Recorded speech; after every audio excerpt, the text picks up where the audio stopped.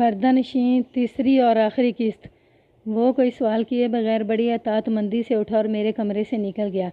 ٹھیک 5 منٹ کے بعد وہ کانسٹیبل عمران کو اپنے ساتھ لے کر چودھری الہی بخش کے ڈیرے کی جانب روانہ ہو چکا تھا۔ میں جانتا تھا کہ میں نے مطلوب حسین کو خالی پیٹ رحمو کی گرفتاری کے لیے بھیج دیا تھا۔ یہ ایک طرح سے زیادتی والی بات نظر آتی تھی، لیکن مجھے معلوم تھا کہ اگر 15-20 منٹ مزید اس کے پیٹ میں کھانا نہ پہنچا تو کوئی قیامت برپا نہیں ہو جائے گی۔ وہ اس مشن سے واپسی پر بھی پیٹ پوجا کر سکتا تھا، اور پھر میں نے اس کے لیے کچھ اور سوچ لیا تھا۔ اگر میں نے واپسی پر اسے خوشخبری دینے کی بات کی تھی تو کچھ غلط نہیں کہا تھا۔ اپنے الفاظ کو عملی جامہ پہنانے کے لیے میں نے کانسٹیبل آصف کو اپنے پاس بلایا اور چند ہدایات دے کر روانہ کر دیا۔ ہمارے تھانے کے ساتھ ہی ایک تانگا سٹینڈ تھا جہاں 3-4 دکانیں بھی بنی ہوئی تھیں، اور انہی دکانوں میں ایک تندور والا ہوٹل بھی تھا۔ کہنے اور دیکھنے کو تو وہ ایک چھوٹا چھپر ہوٹل تھا، لیکن یہ بات میرے تجربے میں کئی بار آ چکی تھی کہ وہاں کے کھانے بڑے لذیذ اور خوش ذائقہ ہوا کرتے تھے۔ میں نے کانسٹیبل آصف کو اسی ہوٹل پر بھیجا اور تاکید کی کہ وہ 20-25 منٹ کے بعد خاصا صحت مند کھانا لے کر آ جائے۔ یہ بات میرے علم میں تھی کہ مطلوب حسین کھانے پینے کا بہت شوقین تھا۔ کوئی کھانے کا شائق اور وہ پچھلے 12 گھنٹے سے بھوکا بھی ہو تو اس کی نظر میں دنیا کی سب سے عظیم نعمت کھانے کا حصول ہی ہو سکتا تھا۔ میں نے ASI کی ضیافت کے لیے کانسٹیبل کو مرغی مسالہ لانے کا حکم دیا تھا۔ ہوٹل علی مدد کی اسپیشل ڈش مرغی مسالہ ہی تھی۔ ہوٹل کا مالک دیسی مرغی میں ایک خاص قسم کا مسالہ بھر کر اسے بڑے اسپیشل طریقے سے بھونتا تھا کہ کھانے والا اپنی انگلیاں چاٹتا بلکہ انگلیاں کاٹتا رہ جاتا تھا۔ ہوٹل علی مدد کے مالک کا نام تو امداد حسین تھا، لیکن وہ خود کو علی مدد کہلانا پسند کرتا تھا۔ اس کی وجہ تسمیہ یہ بتاتا تھا کہ امداد حسین در حقیقت علی مدد ہی ہے۔ بہرحال سال سے اس کے ہوٹل کا نام علی مدد ہی مشہور ہو گیا تھا۔ امداد حسین ایک ریٹائرڈ پہلوان تھا۔ میں ان لمحات میں اپنی کرسی پر بیٹھا اسی حسین و جمیل عورت کے بارے میں سوچ رہا تھا جس کی لاش کو صبح میں نے پوسٹ مارٹم کے لیے سرکاری ہسپتال بھجوا دیا تھا۔ کانسٹیبل امین مذکورہ لاش ہسپتال پہنچا کر واپس آ چکا تھا، اور اس نے مجھے بتایا تھا کہ پوسٹ مارٹم کی ابتدائی رپورٹ کل شام تک یا پرسوں صبح مل جائے گی۔ پوسٹ مارٹم کی رپورٹ تو جب آتی دیکھ لیا جاتا کہ اس میں کون سا انکشاف ہوا ہے۔ میں بڑی بے چینی سے ASI کا واپسی کا انتظار کر رہا تھا۔ رات کے 7 بجے تھے، لیکن یوں محسوس ہوتا تھا آدھی رات سے زیادہ گزر گئی ہو۔ ویسے بھی موسم سرما میں 5 بجے کے آس پاس پنجاب میں سورج غروب ہو جاتا تھا، اور موسم میں سردی کے باعث لوگ سر شام ہی گھروں سے باہر نکلنا بند کر دیتے تھے۔ اس حساب سے 7 کے وقت کو اچھی خاصی رات کہا جا سکتا تھا۔ میں اس وقت اپنے کمرے میں موجود تھا اور اکیلا نہیں تھا۔ تھوڑی دیر پہلے ASI طالب حسین چودھری الہی بخش کے ڈیرے سے واپس آ گیا تھا، اور وہ خالی ہاتھ نہیں لوٹا تھا۔ میں نے اسی لمحے مطلوب حسین کو شکم سیر قسم کی پوجا پیٹ کے لیے دوسرے کمرے میں بھیج دیا تھا۔ کانسٹیبل آصف نے بڑی عقل مندی کا ثبوت فراہم کیا تھا، اور وہ یہ کہ ASI کی مدد سے چند سیکنڈ پہلے ہی ہوٹل علی مدد سے گرما گرم کھانے کی ٹرے اٹھائے تھانے میں داخل ہوا تھا۔ میرے سامنے رحم دین عرف رحمو گردن جھکائے کھڑا تھا، اور اس کے پہلو میں نے رجب علی کو تعینات کر رکھا تھا۔ رحمو خاصا گھبرایا ہوا لگتا تھا، حالانکہ قدرت نے اسے اچھا جسہ اور صحت عطا کر رکھی تھی۔ اس کے باوجود ان لمحات میں اس کی حالت دیدنی تھی۔ اس کی عمر کا اندازہ 30 اور 35 سال قائم کیا تھا میں نے۔ وہ ایک لہیم شہیم شخص تھا، سانولی رنگت اور چہرے پر کرختگی۔ اس نے ہلکی ہلکی داڑھی بھی رکھی ہوئی تھی، جیسے ہفتہ 10 دن کا شیب بڑا ہوا ہو، تاہم اس کی مونچھیں خاصی صحت مند اور ہیبت طاری کرنے والی تھیں۔ اس کی آنکھوں میں مجھے سرخی بھی نظر آئی تھی، اور یہی رحمو اس وقت ڈرا سہما میرے سامنے کھڑا تھا۔ میں نے تفتیش کا آغاز کرتے ہوئے کرخت لہجے میں کہا، رحمو، اللہ تعالیٰ نے تمہیں اچھی خاصی جان دی ہے، پھر یوں میرے سامنے بھیگی بلی بنے کیوں کھڑے ہو؟ وہ گردن اٹھا کر بولا، تھانے دار صاحب، آپ کے تھانے کے 2 بندے مجھے ڈیرے سے پکڑ کر لے آئے ہیں۔ میں نے کچھ نہیں کیا، اسی لیے گھبرایا ہوں۔ ہاں، میں بالکل بے گناہ ہوں جناب، آپ چاہیں تو میں بڑی سے بڑی قسم کھانے کو تیار ہوں۔ تھانہ ہو یا کچہری، قسمیں کھانے اور آنسو پینے سے بات نہیں بنتی رحمو، میں نے اس کی آنکھوں میں دیکھتے ہوئے کہا۔ ان 2 مقامات پر اپنی بے گناہی کو ٹھوس ثبوت کے ساتھ منوانا پڑتا ہے۔ تمہارے پاس ایسی کوئی شے ہے؟ جناب، میں خود کو بے گناہ ثابت کرنے کے لیے کوئی ثبوت یا گواہ پیش نہیں کر سکتا، وہ لجاجت آمیز انداز میں بولا۔ میں بالکل سچ بتا رہا ہوں کہ میں نے کسی عورت کو قتل نہیں کیا، بلکہ میں تو اس عورت کو جانتا تک نہیں، پہچانتا تک نہیں۔ یہ کوئی خاص یا اہم اطلاع نہیں ہے رحمو، میں نے بدستور سخت انداز میں کہا۔ یہاں اس کا کوئی بھی شخص مقتولہ عورت کو شناخت نہیں کر سکا، وہ سب کے لیے اجنبی تھی۔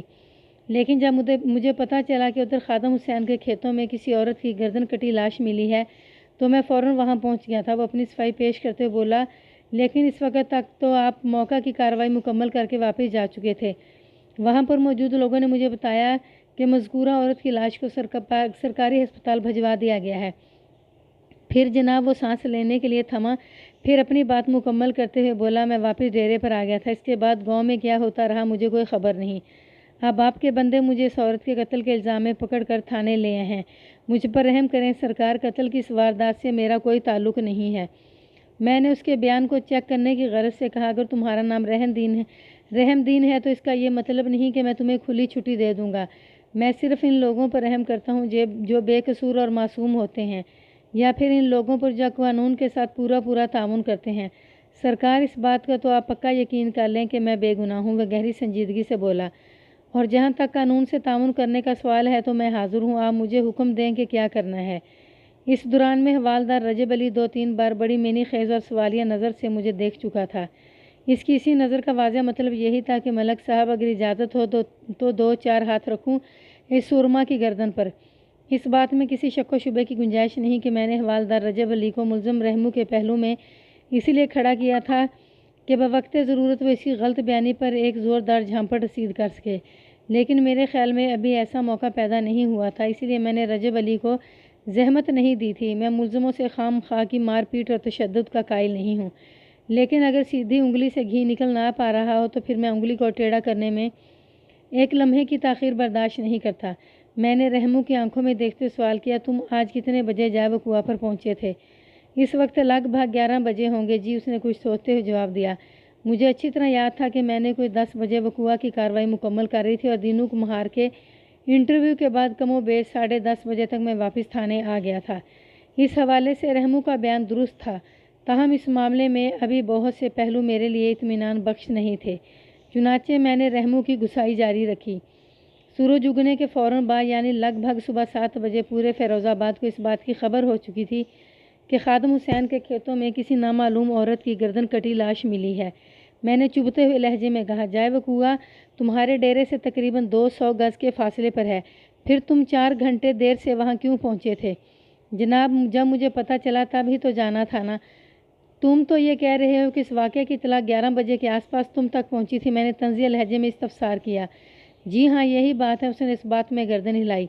تو صبح سے تمہاری نظروں کے سامنے ادھر کھیتوں میں جو لوگ جمع ہو رہے تھے وہ تمہیں دکھائی نہیں دیے تھے؟ میں نے تیز نظر سے اسے گھورا۔ تم یہی سمجھو گے کہ میں وہاں کوئی کبڈی کا ٹورنامنٹ ہو رہا ہے نا؟ جناب میں آپ کو سمجھاتا ہوں، وہ منت ریز انداز میں بولا۔ ایک بات اچھی طرح اپنے ذہن میں بٹھا لو رحمو، میں نے اس کے کچھ بولنے سے پہلے بڑی شفاقی سے کہا، مجھے چکر دینے یا کوئی دلچسپ کہانی سنانے کی کوشش نہیں کرنا۔ میرا حوالدار بڑی دیر سے اپنے ہاتھ پاؤں کو حرکت دینے کے لیے بے چین کھڑا ہے۔ اگر مجھے تمہاری باتوں میں سے غلط بیان کی بو آئی تو میں اسے اشارہ کرنے میں ذرا سی بھی ہچکچاہٹ کا مظاہرہ نہیں کروں گا۔ پھر تمہاری ہڈی پسلی کا جو بھی حشر ہو فریاد نہیں کرنی، کیونکہ رجب علی گریہ زاری کرنے والوں کی اور زیادہ ٹھکائی کرتا ہے۔ میری خطرناک اور دھمکی آمیز باتیں سن کر اس کے چہرے کا رنگ فک ہو گیا۔ جلدی سے بولا، تھانے دار صاحب آپ کو میری قسم کا چاہے یقین آئے یا نہ آئے، مگر میں پھر بھی قسم کھا کر کہتا ہوں کہ آپ سے ایک لفظ بھی جھوٹ نہیں بولوں گا۔ ٹھیک ہے بتاؤ سچ کیا ہے؟ میں نے معتدل انداز میں کہا۔ تمہیں اتنی تاخیر سے جائے واردات کی طرف جانے کا کیوں خیال آیا تھا؟ تھانے دار جی، وہ سنجیدہ لہجے میں بتانے لگا، پتہ نہیں کیا بات ہے کہ آج صبح آنکھ بہت دیر سے کھلی تھی، حالانکہ ایسے پہلا کبھی نہیں ہوا۔ رات تم بہت دیر سے سوئے ہوں گے نا؟ میں نے اسی بات مکمل ہونے سے پہلے ہی کہہ دیا، اس لیے صبح اپنے وقت پر نہیں اٹھ سکے نا؟ آپ خامخواہ میری بات کو شک کی نظر سے دیکھ رہے ہیں جناب، وہ احتجاجی لہجے میں بولا۔ میں نے 4 بھینسوں اور مشکی گھوڑے کو چارے والے کمرے کے اندر باندھ دیا تھا، اور جب میں کافی دیر سے سو کر اٹھا تو وہ گھوڑا کمرے کے اندر اپنے کھونٹے پر جوں کا توں بندھا ہوا تھا۔ کیا ایسا ہو سکتا ہے کہ تمہاری غیر معمولی گہری نیند کے دوران میں کوئی ڈیرے کے اندر داخل ہوا ہو؟ میں نے ٹٹولنے والے انداز میں پوچھا۔ وہ مشکی گھوڑے کو آدھے گھنٹے کے لیے ڈیرے سے نکال لے گیا ہو، اور پھر تمہاری بے خبری ہی میں اس نے گھوڑے کو واپس لا کر کمرے میں باندھ دیا ہو؟ ایسا کبھی ہوا تو نہیں جناب، وہ بے یقینی سے مجھے دیکھتے ہوئے بولا۔ میں اس سلسلے میں کیا کہہ سکتا ہوں؟ جو مجھے پتا تھا وہ میں نے آپ کو بتا دیا ہے۔ کل شام میں ڈیرے پر تمہارے علاوہ اور کون تھا؟ میں تھا اور بدری تھا، اس نے جواب دیا۔ بدری کون؟ میں چونک اٹھا۔ اس کا نام تو بدر الدین ہے جی، لیکن بچپن ہی سے وہ بدری مشہور ہے، جیسے تم رحمو مشہور ہو۔ جی ہاں۔ یہ بدری تمہارے ڈیرے پر کیا لینے آیا تھا؟ میں نے تیز لہجے میں پوچھا۔ جناب وہ بھی میرے ساتھ ڈیرے پر ہوتا ہے، وہ انکشاف انگیز لہجے میں بولا۔ میری طرح وہ بھی چودھری صاحب کا ملازم ہے، پر کیا رحموں، میں نے فوراً اس کی بات کاٹ دی۔ جناب بدری کی ڈیوٹی صبح سے شام تک ہوتی ہے، وہ وضاحت کرتے ہوئے بولا، جبکہ میں رات کو بھی ڈیرے پر ہی رہتا ہوں۔ بدری کے ذمے کس نوعیت کے کام ہیں؟ وہ زیادہ تر جانوروں کی دیکھ بھال کرتا ہے جی، رحموں نے بتایا۔ خصوصاً چودھری صاحب نے اسے گھوڑے کی دیکھ بھال کے لیے رکھا ہوا ہے۔ وقوعہ کی رات جب بدری ڈیرے سے رخصت ہوا تو کیا گھوڑے ڈیرے پر ہی موجود تھا؟ میں نے پہلے پوچھے ہوئے سوال کو دوبارہ دوسرے سرے سے پوچھا۔ اس نے اثبات میں جواب دیا اور بتانے لگا، اس رات بدری میرے لیے رات کا کھانا لے کر آیا تھا۔ اس کے جانے کے بعد میں نے کھانا کھایا اور مزے سے سو گیا۔ ان لمحات میں میرا ذہن بڑی تیز رفتاری سے کام کر رہا تھا۔ میں نے سنسنی خیز لہجے میں کہا، اور پھر تم دوسری صبح یعنی آج صبح خلاف معمول بہت دیر تک سوتے رہے تھے نا؟ ہے نا جی، بالکل ایسا ہی ہوا تھا، اس نے جواب دیا۔ کیا آج صبح بدری ٹھیک وقت پر ڈیرے نہیں پہنچا تھا؟ میں نے جاننا چاہا۔ اس کی ڈیوٹی تو صبح سے شام تک ہوتی ہے، اگر وہ آج صبح کے وقت پر آ جاتا تو پھر میرے دیر تک سونے کا سوال ہی پیدا نہیں ہوتا تھا جناب۔ رحموں نے بڑا معقول جواب دیا، وہ مجھے جگا دیتا۔ وہ کتنے بجے ڈیرے پر پہنچا تھا؟ دوپہر کے بعد۔ اس تاخیر کا اس نے کیا سبب بتایا تھا؟ میں نے پوچھا تو کہنے لگا رات کو ڈیرے سے جانے کے بعد اسے ٹھنڈ لگی تھی۔ رحموں نے جواب دیا، اور وہ پوری رات بخار میں پھونکتا رہا۔ صبح وقت ڈیرے پر آنے کی ہمت نہیں ہوئی، اس لیے دوپہر کو وہ گھر سے نکلا تھا۔ وہ لمحے بھر کو رکا، ایک گہری سانس لی، پھر اپنی بات مکمل کرتے بولا، اس کی طبیعت کو دیکھتے ہوئے میں نے اسے شام سے پہلے ہی گھر بھیج دیا تھا۔ پتہ نہیں اس بیچارے کا اب کیا حال ہوگا۔ اس بیچارے کا حال تو میں تمہیں ادھر تھانے ہی میں ملاحظہ کروا دوں گا، میں نے سلگتے ہوئے لہجے میں کہا۔ تم صرف مجھے اتنا بتا دو کہ تمہاری گرفتاری پر ابھی تک حویلی کی طرف سے کوئی ہلچل کیوں نہیں نظر آئی؟ تم خود تو چودھری الہی بخش کے بہت خاص ملازم ہو، میں سمجھتا ہوں میری گرفتاری کی خبر ابھی حویلی تک پہنچی نہیں ہوگی۔ وہ گہری سنجیدگی سے بولا، جب مجھے ڈیرے سے گرفتار کیا گیا تو رات کا اندھیرا چاروں طرف پھیل چکا تھا اور اس سے بہت پہلے بدری وہاں سے جا چکا تھا۔ اب جب وہ صبح ڈیرے پر پہنچے گا اور اسے میں وہاں نہیں ملوں گا تو میری تلاش ہوگی، پھر کہیں جا کر پتہ چلے گا کہ میں تھانے میں بند ہوں۔ چلو میں مان لیتا ہوں کہ تمہاری گرفتاری ابھی تک حویلی اور گاؤں والوں کی نظروں میں نہیں آئی، میں نے بڑی رسان سے کہا کہ ایسے نامعلوم عورت کی لاش کا قصہ بھی ابھی تک حویلی کے اندر نہیں پہنچا ہوگا۔ اس واقعے کی خبر تو ضرور حویلی کے اندر پہنچی ہوگی جناب، پھر ادھر سے کوئی رد عمل دیکھنے میں نہیں آیا، میں نے گہری سنجیدگی سے کہا۔ یہ کوئی معمولی واقعہ تو نہیں چودھری الہی بخش، آخر اس قوم کے کرتا دھرتا ہے، انہیں تھانے آ کر اس معاملے میں اپنی دلچسپی تو ظاہر کرنی چاہیے تھی نا؟ آپ ٹھیک کہہ رہے ہیں تھانے دار صاحب، وہ تائیدی انداز میں بولا، لیکن ہمارے چودھری صاحب تو گاؤں میں ہی نہیں ہیں اور حویلی میں ان کے بعد عورتیں باقی بچتی ہیں، اب تو وہ تھانے آنے سے رہیں۔ چودھری الہی بخش کہاں گئے ہیں؟ میں نے اضطراری لہجے میں پوچھا۔ وہ لاہور گئے ہوئے ہیں، رحموں نے جواب دیا۔ کب سے؟ اس واقعے سے ایک دن پہلے وہ لاہور روانہ ہو گئے تھے، اس نے بتایا، اور ان کی واپسی 3-4 دن کے بعد ہوگی۔ اوہ، میں ایک گہری سانس لے کر رہ گیا، تو اس کا مطلب ہے یہ گھناؤنا کھیل چودھری الہی بخش کے غیاب میں کھیلا گیا ہے؟ رحموں نے کوئی جواب نہیں دیا، میں نے اسے رجب علی کے حوالے کر دیا۔ تھانے سے اٹھنے سے پہلے میں نے 2-3 ضروری کام کیے۔ نمبر 1، رجب علی کو سختی سے تاکید کر دی کہ ملزم رحموں کو ایک تمانچہ تک نہیں مارنا، اس نوعیت کے تمام تر ارمان نکالنے کے لیے اسے صبح کوئی اور شکار دے دیا جائے گا۔ نمبر 2، ASI مطلوب حسین کو ہدایت دی کہ وہ الصبح ڈیوٹی آف کر کے سیدھا بدری کے گھر پہنچے گا اور اسے گرفتار کر کے تھانے پہنچائے گا۔ میں جب صبح تھانے پہنچوں تو بدری کو حوالات میں ہونا چاہیے۔ نمبر 3، میں نے مقامی کانسٹیبل امین کو یہ حکم دیا کہ وہ اپنے ساتھ ایک اور کانسٹیبل کو لے کر جائے اور رات کا باقی حصہ چودھری الہی بخش کے ڈیرے کی نگرانی میں گزارے گا، اور جیسے ہی کوئی شخص اس ڈیرے میں داخل ہونے کی کوشش کرے تو وہ لوگ اسے فوراً گرفتار کر لیں گے۔ پھر میں اطمینان سے اپنے کوارٹر میں آ گیا۔ رحموں میری نگاہ میں بے گناہ ثابت ہو چکا تھا، صبح اس کی بے گناہی کا کوئی نہ کوئی عملی ثبوت بھی مل جانا تھا۔ بدری کی ذات میری نظر میں مشکوک ہو گئی تھی۔ صبح ASI جب اسے تھانے پہنچا دیتا تو میں اس سے بھی پوچھ گچھ لیتا۔ رات ڈیرے سے واپسی پر میں نے ڈیرے کے باہر کسی پراسرار موجودگی کو محسوس کیا تھا، مجھے یوں لگا تھا جیسے کوئی چھپ کر ہماری نگرانی کر رہا ہو، عین ممکن تھا وہ ڈیرے کے اندر داخل ہونے کا ارادہ رکھتا ہو۔ اگر ایسی ہی بات تھی تو پھر وہ امین اینڈ کمپنی کے ہاتھوں سے نہیں بچ سکتا تھا۔ میں نے امین کو ہر قسم کی کارروائی کے اختیارات دے دیے تھے، میں نے اسے کہہ دیا تھا کہ بس بندے کو پھڑکانا نہیں، باقی سب چلے گا۔ یہ بھی ہو سکتا تھا کہ جب میں صبح تھانے پہنچوں تو مذکورہ شخص سے بھی ملاقات ہو جائے۔ میں اگر کچھ نہیں کر سکا تو اس شخص کے لیے نہیں کر سکا جس کی پراسرار دستک کے بعد ہنگامہ خیزی کا ایک سلسلہ شروع ہوا تھا جو ہنوز جاری تھا۔ اس کا کوئی نام پتہ سرا ٹھکانا میرے علم میں نہیں تھا، لہٰذا میں اس سلسلے میں مکمل بے بس تھا۔ رات کو جب میں سونے لگا تو رحمو کے الفاظ نے میرے ذہن میں کھلبلی مچا دی۔ اس نے اپنا معاملہ خدا کے سپرد کر کے مجھے بہت بڑی آزمائش میں ڈال دیا تھا۔ میں نے ان لمحات میں تہ دل سے یہ دعا کی، اے میرے پروردگار، تو میرے ہاتھ سے کسی بے گناہ کو سزا نہ دلوانا، ورنہ میں ساری زندگی عذاب مسلسل کا شکار رہوں گا۔ اگلی صبح میری دعا قبول ہوگی۔ میں تھانے پہنچا تو وہاں اچھی خاصی رونق لگی ہوئی تھی۔ ASI مطلوب حسین کو بدری کی طرف جانے کی ضرورت ہی محسوس نہیں ہوئی تھی، کیونکہ نصف شب کے بعد کانسٹیبل امین اینڈ کمپنی سے پکڑ کر تھانے لے آئے تھے۔ بدری دیوار پھیلان کر چودھری کے ڈیرے میں داخل ہونے کی کوشش کر رہا تھا کہ امین اور اس کے ساتھی کانسٹیبل نے اسے رنگے ہاتھوں قابو کر لیا تھا۔ رنگے ہاتھوں ان معنوں میں کہ اس کے پاس سے کپڑے میں لپٹے ہوئے خنجر بھی برآمد ہوا تھا جس کی دھار پر خون جمع ہوا تھا۔ یہ وہی خنجر تھا جس کی تلاش مجھے آلۂ قتل کی حیثیت سے تھی۔ اس نامعلوم عورت کو اسی خطرناک خنجر کی مدد سے موت کے گھاٹ اتارا گیا تھا۔ بدری مذکورہ خنجر کو ڈیرے میں کسی ایسی جگہ رکھنا چاہتا تھا جہاں پولیس کی نظر بآسانی رسائی حاصل کر سکے۔ رحمو کو ہم نے گرفتار تو کر لیا تھا، لیکن بدری کی خواہش تھی کہ رحمو کے بچائی کا کوئی امکان باقی نہ رہے۔ اس کیس کے پوشیدہ گوشے بدری کی گرفتاری کے بعد نمایاں ہو گئے تھے۔ میں نے کسی پوچھ گچھ سے پہلے بدری کو 15 منٹ کے لیے حوالدار رجب علی کی مہربانی میں دے دیا۔ رنگے ہاتھوں پولیس کی گرفت میں آنے کے بعد اس کی ہمت ویسے ہی ٹوٹ چکی تھی۔ رہی صحیح کسر رجب علی کے مہربان ہاتھوں نے پوری کر دی۔ ٹھیک 15 منٹ کے بعد وہ پاؤں پڑ کر اور ہاتھ جوڑ کر اقبالی بیان دینے کے لیے تیار ہو چکا تھا۔ اس نے میرے روبرو خدا کو حاضر و ناظر جان کر جن جرائم کا اعتراف کیا، اس کی تفصیل کچھ اس طرح سے ہے۔ مقتول نامعلوم عورت کا نام شاہدہ تھا اور وہ ایک پیشہ ور عورت تھی۔ بدری کسی دوسرے علاقے سے اسے اپنے ساتھ لے کر آیا تھا اور شاہدہ کو بدری ہی نے دریا کے کنارے کھیتوں میں موت کے گھاٹ اتارا تھا۔ موت کے منہ میں دھکیلنے سے قبل اس نے شاہدہ کے ساتھ بدتمیزی بھی کی تھی، اور یہ سب کچھ سوچی سمجھی سازش کے تحت کیا گیا تھا جس کا شکار رحمو کا بنانا مقصود تھا، اور اس مقصد میں وہ بڑی حد تک کامیابی ہو گیا تھا۔ اس گھنونے ڈرامے میں حقیقت کا رنگ بھرنے کے لیے اسی نے رحمو کے کھانے میں بے ہوشی کی دوا ملائی تھی تاکہ وہ بے سود سوتا رہ جائے اور اسے ڈیرے سے گھوڑا نکالنے میں کوئی مشکل پیش نہ آئے۔ مشکی گھوڑا ویسے ہی اس کے ساتھ ہلا ہوا تھا، لہٰذا یہ کام اس نے رحمو کی بے ہوشی کے دوران میں بآسانی کر لیا تھا۔